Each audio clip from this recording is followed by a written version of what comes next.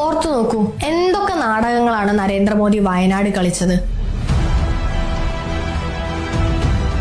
വയനാട് ദുരന്തഭൂമിയിൽ വ്യോമ നിരീക്ഷണം, ദുരിതാശ്വാസ ക്യാമ്പിൽ കഴിയുന്നവരെയും പരിക്കേറ്റ് ആശുപത്രിയിൽ കിടക്കുന്നവരെയും നേരിൽ കാണൽ, ചൂരൽമലയിൽ കാൽനട സഞ്ചാരം, ബെയിലി പാലത്തിൽ സൈനികരുമായി സംവാദം, കലക്ട്രേറ്റിൽ അവലോകന യോഗം തുടങ്ങി എന്തെല്ലാം നാടകങ്ങൾ.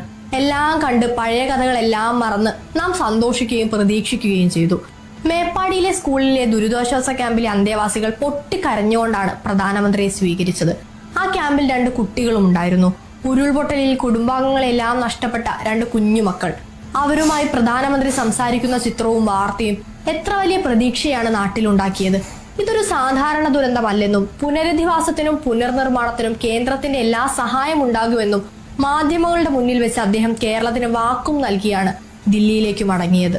കിട്ടിയ കേന്ദ്ര സഹായം വട്ടപൂജ്യം.